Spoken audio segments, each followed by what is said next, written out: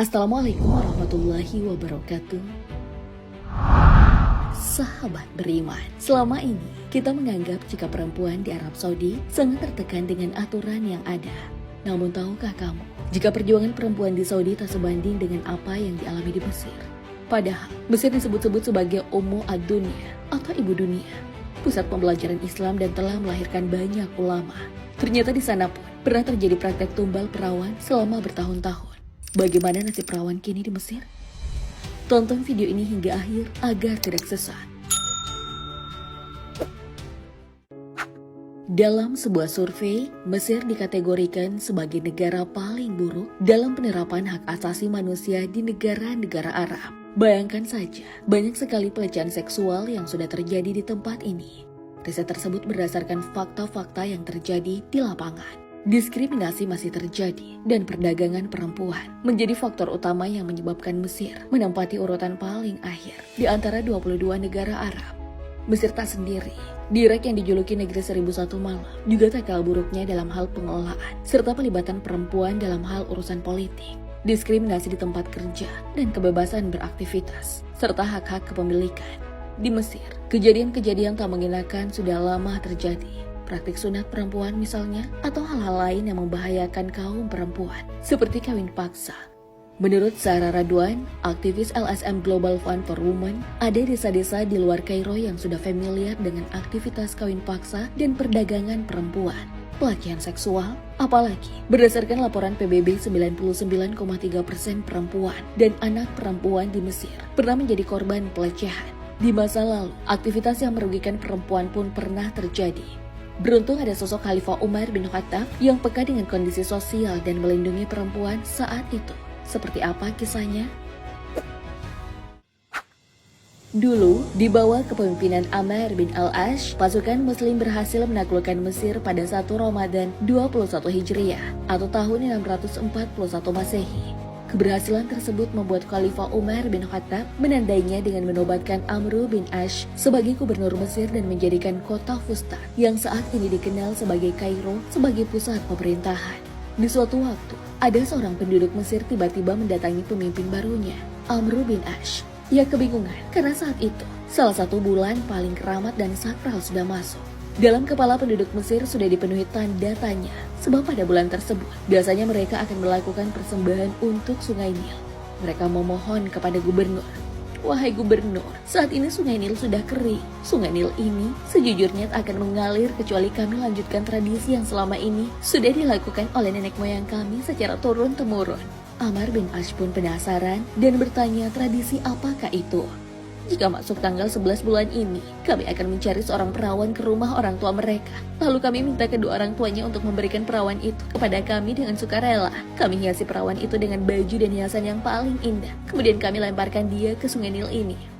Kaget mendengar tradisi tersebut, Amr bin Ash tentu langsung melarang mereka untuk melanjutkannya. Apalagi, hal ini sangat bertentangan dengan Islam. Dalam Al-Quran, membunuh adalah hal yang tercela, sebagaimana firman Allah Subhanahu wa Ta'ala dalam surah Al-Isra ayat 33.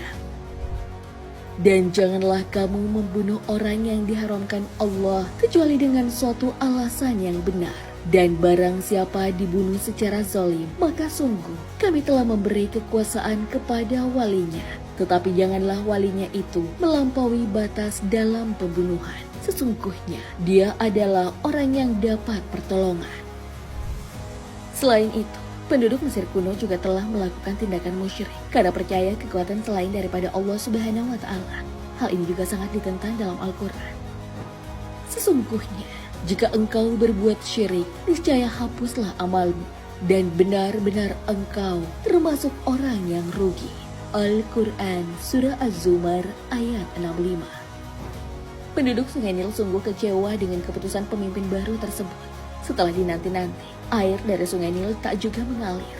Penduduk pun semakin sedih dan akhirnya memutuskan untuk hijrah saja daripada harus tinggal di sana tanpa air. Mendengar berita jika para penduduk akan meninggalkan Mesir, Ammar bin Ash lalu menuliskan surat kepada Umar bin Khattab yang saat itu berada di Madinah. Dalam surat itu, Ammar bin Ash menjelaskan bagaimana kondisi yang dialami masyarakat Mesir. Khalifah Umar pun akhirnya membalas surat dari Ammar bin Ash dan membenarkan tindakannya menghentikan kebiasaan musyrik tersebut. tak berhenti di situ. Umar bin Khattab kembali menuliskan surat khusus yang ditujukan kepada sungai Nil. Mungkin terdengar aneh, bagaimana mungkin sosok khalifah mengirimkan surat kepada sebuah sungai? Amr bin As juga rupanya ditugaskan untuk melemparkan surat tersebut ke atas sungai yang sudah mengering dan gersang. Isi suratnya sebagai berikut.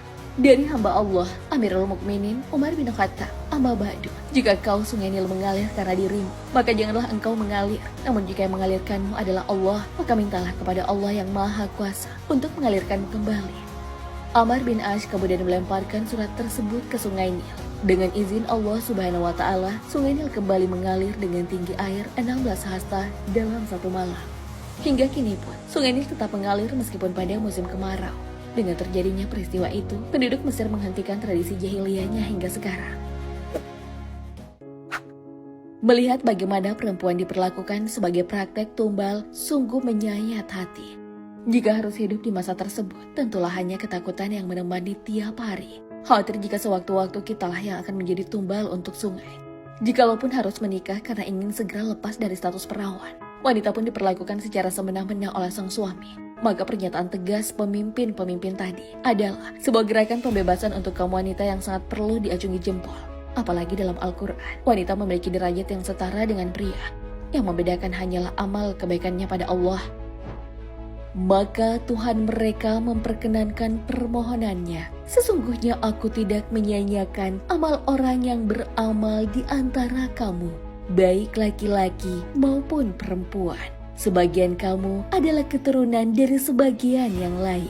Maka orang yang berhijrah, yang diusir dari kampung halamannya, yang disakiti pada jalanku, yang berperang dan yang terbunuh, pasti akan aku hapus kesalahan mereka, dan pasti aku masukkan mereka ke dalam syurga-syurga yang mengalir di bawahnya sungai-sungai, sebagai pahala dari Allah, dan di sisi Allah ada pahala yang baik. Al-Quran Surah Al-Imran ayat 195. Jadi tak ada salahnya jika wanita juga memiliki peran tak hanya dalam urusan domestik, namun juga pemerintahan. Memang, nama-nama pemimpin dan ulama perempuan Mesir masih sedikit dibanding laki-laki. Namun tim Islam populer telah mengkaji beberapa ulama yang juga penuh kontribusi besar pada pendidikan di dunia. Penasaran bagaimana perempuan bisa berdaya di Mesir saat ini? Adalah Tanazur al-Najuli, sosok ulama perempuan yang berpuluh-puluh tahun telah mendedikasikan hidupnya untuk pendidikan Al-Quran di Mesir. Bukan waktu yang lama, hampir 70 tahun yang menebarkan cahaya Al-Quran di sana. Sosok ini lahir di Provinsi Garbia, di wilayah utara Mesir. Yang unik dari Tanazur karena ia adalah seorang tunanetra. Tapi keterbatasan tersebut rupanya tak menyurutkan semangatnya untuk terus membagikan apa yang ia punya. Di Mesir, ia telah mencetak banyak penghafal Al-Quran. Kepergiannya pun menyimpan banyak duga bagi rakyat Mesir, termasuk Imam Al-Azhar, Syekh Ahmad At-Thayyib. Ulama terkenal tersebut bahkan memberikan ucapan belasungkawa atas meninggalnya Tanazur. Tak hanya Tanazur, tokoh-tokoh perempuan lainnya pun semakin mendapatkan ruang, entah di ruang pendidikan atau ruang politik di Mesir, di mana dulunya hanya didominasi oleh kaum pria, seperti bin Syati yang menjadi ilmuwan mufasir perempuan dari Mesir dan menciptakan sebuah kitab tafsir. Masih banyak lagi sosok-sosok inspiratif lainnya, meski Mesir masih tak benar-benar bebas dari tindakan diskriminatif.